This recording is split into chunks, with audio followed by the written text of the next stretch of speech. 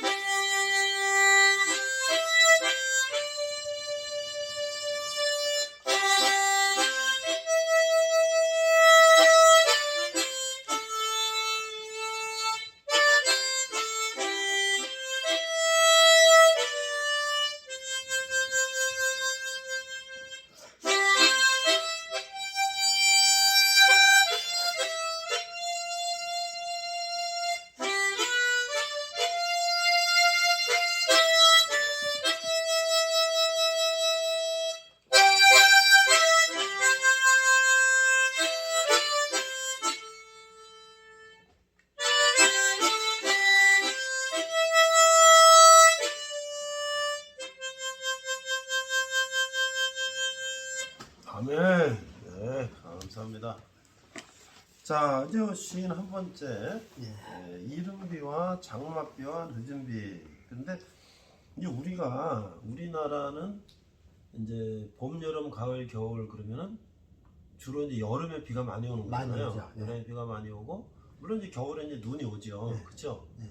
그런데 이제 이스라엘은 이 중동 땅이잖아요. 중동 땅. 그러니까 우리랑 반대인 것 같아요. 이제 우기가 이 겨울이잖아요. 겨울. 예. 겨울이 우기고 여름이 건기잖아, 그렇죠? 글쎄 그렇더라고요. 네. 예. 그래서 이런 비면 가을에 이제 이 여름에서 가을로 넘어갈 때 비가 오는 거잖아요, 그렇죠? 예. 그리고 지금 우리 장맛비라는 건 뭐야? 한겨울에 이제 오는 비고, 예. 그 다음에 이제 겨울에서 봄으로 넘어갈 때 이제 늦은 비가 오는 거잖아요. 예. 그거를 결국은 이제 농사를 짓는 거죠. 그렇죠. 하늘에서 내려오는 거는 예. 지금이야 이제 뭐 다 파이프라인으로 다 이렇게 갖고 이제 갈릴리 호수 물을 다 연결시켜서 이제 하겠지만 옛날에는 그런 게 없으니까. 근데 그 세상에 참 이상한 것들이 많더라고요. 네. 그 미국을 가봤거든요. LA를. 네, 그렇죠. 그때 8월 달에 갔어요. 네. 8월 달에 보면 우리나라가 아주 풀이 우거지고 그렇죠. 물도 많고 우린 그렇죠. 그 생각만 하고 갔어요. 근데 거기 사막이잖아요. 아니 그때 산봉우리가 네. 풀이 저 말라서 삭가던 거예요. 그렇죠. 덥기는 무지하게 덥고 어. 사막에다가. 근데 더운데도 풀은 안 나더라니까요. 그렇죠. 이상해서요. 네. 그래서 가이드한테 물어봤더니 네. 거기는 12월 달에 산이 포도돼요. 그러니까 그게 사막 기운 거야, 사막. 그래서 날이 뜨겁다고 해서 풀이 자라는 게 아니라 네. 아닌 것 같더라고요. 그래서 신기하고 이상했어요. 비가 와야지 자라는 거죠. 예, 그렇죠? 그래서 이제 그 성경에도 보면 이제 그 이른 비 늦은 비를 주신다고 하는 말씀이 있잖아요. 네. 그래서 우리는 이 생각을 하면 자꾸만 육신 살아가는 그 생각만 자꾸만 해요. 이른 비 늦은 비 하면 이거 뭐 이른 비 와서 농사가 잘 되고 자꾸만 육신이 먹는 거, 육신이 생활하는 거. 성경은 육신을 위해서 기록한 게 아니라 영적인 것을 기록을 했는데, 그리고 이거 이른 비는 비라고 하는 거는 이건 저 말하자면 예수님의 그 은혜, 그 십자가 보혈, 주로 이제 그런 게 많거든요. 네. 근데 그런 걸 생각하고 비라고 하니까 이 물로만 생각을 한다. 아까도 얘기했지만 이삭이 판 우물은 우리 사람이 먹는 그 물로만 생각을 해요. 네. 그렇게 우리는 그 육신을 넘어서 영적으로 그 생각을 해야 되는 건데, 성령의 단비, 그렇죠. 이제 성령의 장맛비가 쏟아지는 것처럼 그렇죠. 그런데 우리가 그렇게 좀 그래서 읽어주세요. 이제 한번 이제 읽어볼게요. 얘기가 설명하지만 빠지는 게 많더라고. 그래요. 이게 읽는 게 읽어야 빠지지 않고 얘기가 될 것 같아요. 이거 듣는 사람들이 있어요. 그렇죠. 이거 그렇죠. 저 방송 보면 재방송으로 계속 나오는 거 듣듯이 이것도 계속 틀어놓고 듣는 분들이 있다니까. 그런데 일하면서 듣는 야, 분이 그래서 계세요. 그거 뭐 비록 많지는 않지만 얼마나 감사한지 몰라요. 그럼요. 네. 여호와께서 너의 땅에 이른 비 늦은 비를 적당한 때에 내리시리니 곡식과 포도주와 기름을 얻을 것이요. 신명기 11장 14절, 욥기서 29장 23절, 예레미야 5장 24절, 호세아 6장 3절, 야고보서 5장 7절에 그런 말씀이 나와요. 내가 그들에게 복을 내리며 내산 사하면 모든 곳에 복되게 하며 때를 따라 비를 내리되 복된 장마비를 내리리라. 이것은 에스겔서 34장 26절에 있는 말씀이고요. 이스라엘 원력은 우리하고 달라요. 7월에서 12월은 이른비예요. 12월에서 2월까지는 장마비고요. 그때 우리가 2월달에 성수를 하는데 그때 우산 쓰고 다녔어요. 네. 저도 근데 이제 그 다음에 5월까지 늦은 비가 오는 시기라 한다. 강수량은 남쪽 사해 근방에는 연중 250mm, 예루살렘 부근은 500mm, 갈릴리 지방은 1500mm가 내린다고 한다. 성경 기록 가운데 비에 대하여 기록된 말씀이 많이 있다. 그래서 비는 그냥 비가 아니고 단비라 표현을 하고 복된 비, 축복의 비라고 설명한다. 그도 그럴 것이 물이 귀하고 비가 귀하기 때문이다. 이스라엘 남쪽 지방 사해 근방은 250mm에 불과하기 때문에 에일락은 그 경계 지방이에요. 예시온기별 사해까지 가는 동안은 벌거숭이 산과 황토 광야 모래밭이다. 거기서 읽어주세요. 그러면서 예루살렘으로 올라가면 더러더러 나무와 풀이 있는 것을 볼 수가 있다. 그러니까 밑에는 황토요. 네, 점점 이쪽으로 가면서 말라가면서 올라가면서 이제 이집트에서 넘어와가지고 남쪽 이제 그 지역은 황토 헤브론 그쪽이죠. 그러다가 이제 올라가면서 예루살렘에서 이제 예루살렘으로 올라가면 더러더러 나무와 풀이 있는 것을 볼 수가 있다. 예루살렘에서 갈릴리 지방으로 올라가면 갈수록 산에도 들에도 푸름이 짙어진다. 갈멜산과 기손강 갈릴리 지방은 평야가 펼쳐져 있어서 이스라엘의 주식이 거의 다 거기서 나온다고 한다. 이스라엘의 키부츠 농장은 유명하다. 갈릴리 호수물을 끌어들여 농장을 갖고 가고 있다. 가로수에도 농장에도 검은 파이프라인을 설치를 해서 옥터를 만들어 가고 있는 것이다. 신명기 11장 14절에 이른 비와 늦은 비를 적당한 때에 내려주셔서 곡식과 포도주와 기름을 얻을 것이라 하셨다. 우리는 성경에 나오는 이른 비, 늦은 비, 장맛비다. 반석의 물이다. 샘물이다. 우물물이다 하는 비와 물은 그냥 우리가 마시는 그런 물이 아니고 예수님으로 초점을 맞추어 생각을 해야 한다. 그냥 두리뭉실 이스라엘 땅에 내려지는 빗물로 육신이 마시는 물로만 생각하지 말기를 바란다. 어느 성경이든지 어느 요절이든지 간에 신구약 전체 해석의 열쇠는 예수님의 십자가로 풀어야 풀리고 열어진다. 여기서 나오는 이른비를 먼저 생각해보자. 성경에 기록한 것을 보면 분명하게 이른비와 늦은비로 구분되어 있고 중간에 장맛비가 있다. 어느 나라든지 가장 더운 한여름 복장마가 드는 것이다. 성경에 장맛비가 중간이라는 단어는 없다. 이른비는 예수님이 육신의 초림을 의미하고 있는 것이다. 예수님은 죄인들을 위하여 세상에 단비로 오신 분이다. 첫째 이른비. 예수님 초림은 이른비. 이른 비가 오므로 땅에서는 곡식과 포도주와 기름을 얻는다 하셨는데 예수님께서 세상에 초림하셔서 십자가에 피 흘려 죽으심으로 모든 것을 주신 분이다. 죄인들이 죄에서 포도주와 같은 주님의 보혈의 피로 깨끗함을 얻었고 굶주린 영혼들이 생명의 양식인 예수님의 말씀을 얻었고 죄인들이 성령의 기름으로 윤택해지고 거룩한 사람이 되는 것을 보여주시는 말씀이다. 이른 비가 오기 전에는 건기다. 건기 때에는 비가 안 내린다. 모든 곡식과 식물들이 타들어가고 죽는다.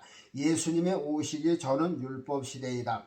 율법 시대, 구약 시대는 건계와 같은 시대라고 볼 수가 있다. 인간이 구원 받을 수가 없고 행할 수가 없는 구원의 건기라고 할 수 있다. 모든 인간이 식물이 율법과 계명을 먹고서는 잘 자라지를 못한다. 메마른 땅에 단비가 필요하듯 목마른 인생에게는 생수가 필요한 것처럼 예수님은 목마른 땅에 생수인 피와 물을 십자가에서 아낌없이 남김없이 쏟아주시고 부어주신 분이다. 바로 물과 피를 쏟으신 초림이 이른 비요 단비인 것이다. 신약 성경에서 예수님은 소자에게 냉수 한 그릇 주는 것도 하늘의 상이 있으리라 하셨다. 우리가 생각할 때 냉수 한 그릇 하면 보잘것 없어 보인다. 그러나 팔레스타인 땅이나 광야나 사막에서의 냉수는 그야말로 생명수와 같은 것이다. 소자에게 주는 냉수는 육신이 마시는 물이 아닌 예수님의 보혈을 생각해야 한다. 육신은 물을 마시지만 영은 예수님의 피를 마시는 것이 생수를 마시는 것이다. 네. 흔히 주유소에서 기름을 넣고 나면 물 한 병씩을 준다. 교인들이 나가서 전도할 때 보면 전도지와 함께 사탕이나 휴지를 같이 주는 것을 볼 수가 있다. 그것도 좋은 방법이겠지만 목마르고 갈급한 영혼들에겐 예수님의 시원한 보혈을 한 그릇씩 마시게 하는 것이다. 그것이 참된 전도다. 94년도 성지 순례로 이스라엘 땅을 가보았다. 가로수마다 파이프라인이 연결되어 있어서 언제든지 자동으로 분수처럼 물을 뿜어내고 있는 것을 보았다. 그러기에 항상 시리아하고 싸우는 원인도 헐몬산 3000m급에서 발원하는 물줄기를 가지고 싸우는 것이다. 만약 그 물줄기를 빼앗긴다면 갈릴리 호수가 마르게 되고 그렇게 되면 이스라엘은 죽을 수밖에 없는 것이다. 우리는 생명이 생수의 근원 되시는 예수 그리스도를 놓고 세상과 늘 싸우고 있는 것이다. 우리가 만일 영적 싸움에서 밀려 예수님을 빼앗긴다면 우리는 죽을 수밖에 없는 것이다. 물이 이렇게 귀한 것이다. 물이 없이는 살 수가 없기 때문이다. 물이 풍성한 곳에서는 생명도 풍성하듯이 예수 그리스도의 물과 피가 흐르는 곳에는 영혼의 새 생명이 탄생하고 잘 자라고 있는 것이다. 네. 헤르본산 가보셨어요? 저희 이제 베델에서 헐몬산 기슭에 내려오는 그 폭포하고 막 물이 막 내려오잖아요. 그것도 가봤어요. 좋은 데 가보셨네. 갔었어요? 저는 못 가봤어요. 못 가보고 주로 갈릴리, 예루살렘, 사해 이런 식으로 중부 지역을 가셨구나, 그렇죠? 그저 중심 지역. 우리는 그저 헬몬산을 못 봤어요. 헬몬산이 눈이 그렇죠. 덮였는데 예. 그저 여리고 쪽으로 이렇게 가면서 이제 저쪽에 있다고 그만 알았지. 네. 그걸 못 봤어요. 헬몬산을 가봐야 그러니까 이제 어떻게 되냐면 지금 이제 헐몬산에서 눈 녹은 물이 내려오잖아요. 북쪽에. 그게 옛날 사마리아 땅이잖아요. 그 단 있는 땅. 그러니까 그 계곡에 막 물이 막 내려오고 막 그런 폭포가 막 있고 막 그런 거 보면 북쪽으로 가면 여기가 이스라엘인가? 어떻게 물이 이렇게 내려오지? 그거 뭐 녹음이 우거지고 막 그러잖아요. 근데 그 물이 어디로 갔어요? 갈릴리 호수 들어간 거잖아요. 그렇죠? 그러다가 이제 그게 또 어디로 갔어요? 요단강 지나서 사해로 갔잖아요. 그러니까 이제 예루살렘 그 중심 지역은 뭐예요? 초원이 초원. 저기 수목이 우거지고. 다시 사해로 들어가서 이 집 들어가면 거기 사막이지. 그렇죠? 그런 식으로 해서 그게 그 북쪽에는 그렇게 물이 많고. 그러니까 그게 이제 시리아하고 그렇죠. 거기가 그 북쪽이 시리아 땅이잖아요. 물건을 그렇죠. 뺏길까 봐서 그렇죠. 다른 건 다 골란 고원도 좋지만은 그렇죠. 이 헤르몬의 물줄기만은 뺏길 수가 없어요. 그래서 그전에 달력해 보니까는 헤르몬한테 보면 그냥 그 샘이 벼랑간 샘이 그냥 폭포수 같이 쏟아지는 것이 있어요. 근데 겨울에 내려오는 게 아니라 그냥 샘구덩이가 그냥 폭포수가 쏟아지는. 그런 것도 있어요. 네, 그게 이제 그 사해 갈릴 바다로 들어오는 물줄기라고 그러더라고요. 그런 것도 있어요. 중간중간에. 네, 그다음에 장마비 두 번째 장마비. 두 번째로 이스라엘 땅에는 12월에서 2월까지 그 기간이 장마철이다. 성지 순례를 2월달에 갔더니 정말 예루살렘에서 예수님 무덤으로 갈 때 우산 쓰고 다닌 생각이 난다.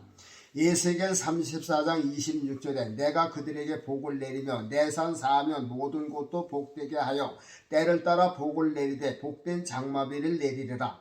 우리나라 장마비는 공포와 두려움의 장마인데 비해 반해 이스라엘의 장마비는 복된 비다. 우리나라 장마비는 홍수가 나고 생명과 재산을 잃어버리는 무서운 비이며 농작물 유실과 손해가 해마다 수천억씩 발생하고 있는데 성경에는 복된 장마비라 표현을 했다. 비가 많이 오는데 피해될 것이 없고 손해가 없다면 좋은 비가 분명하다. 큰 장마비가 지나가면 대지가 물을 흠뻑 먹어 물이 충만하고 깨끗해지고 공기도 맑고 오염으로 악취가 나고 벌레가 들끓는 도랑과 개울이 얼마나 깨끗한가. 어떤 청소부가 그렇게 깨끗하게 치울 수가 있을까. 또 장마가 오랫동안 있게 되면 땅이 물을 흠뻑 먹어서 땅샘, 선샘이 여기저기서 터져나오는 것이다. 성경에서 복된 장마비라 한 것은 예수님 승천하시고 열흘 후에 성령을 장마비와 같이 폭포수와 같이 부어주시는 모습이다. 초대교회를 보면 성령의 역사가 장마 기간에 홍수에 떠밀려가는 무슨 물체와 같이 무엇인가의 힘에 이끌려 움직이는 것 같다. 거기서 읽어주세요. 빚을 내던 제자들이 성령을 충만히 받고 나서는 180도로 변화되지를 않았나. 3번씩이나 주를 모른다고 부인하던 베드로, 나는 물고기나 잡으러 가겠다 하던 베드로, 계집아이한테도 무서워하던 베드로, 문을 꼭꼭 걸어 잠그고 있던 베드로와 제자들이 아닌가. 그런데 오순절 마가다락방에서부터 내려진 장마비와 같은 성령을 받고서는 일자무식 베드로가 한번 설교하니 3,000명, 5,000명이라는 군중들이 구름대와 같이 몰려들었다. 이렇게 복된 장마비에 흠뻑 젖어 무서울 게 없어졌다. 그 전에 베드로가 아니고 그 전에 제자들이 아닌 것이다. 예수 이름으로 외친즉 안진뱅이 병자들이 벌떡 일어나고 죽은 자가 살아나고 하는 이런 역사는 성령을 장마비와 같이 철철 넘치도록 받아야 이런 현상이 일어나는 것이다. 또 장마비가 내리고 홍수가 날 때에는 천둥 번개의 벼락도 수반되어 따라온다. 아나니아 삽비라가 성령을 속였다가 천둥 벼락이 맞아 즉사했다. 또 스데반은 성령과 지혜가 충만했다. 충만했다는 말은 성령을 철철 넘치게 받았다는 뜻이다. 그렇죠. 장마비와 같이 길게 쏟아내리는 성령을 철철 넘치도록 받고 나니까 전도하게 되고 죽는 것도 무섭지가 않고 죽는다고 해도 기쁨으로 죽을 수 있다. 이런 사건들이 평상시에는 잘 일어나질 않는다. 우리가 기도할 때 성령을 폭포수와 같이 부어달라고 기도한다. 이런 성령의 장마비로 인해 율법이 떠내려가고 사울이 떠내려간 것이다. 그뿐 아니라 로마까지 성령의 홍수의 물결로 밀어낸 것이다.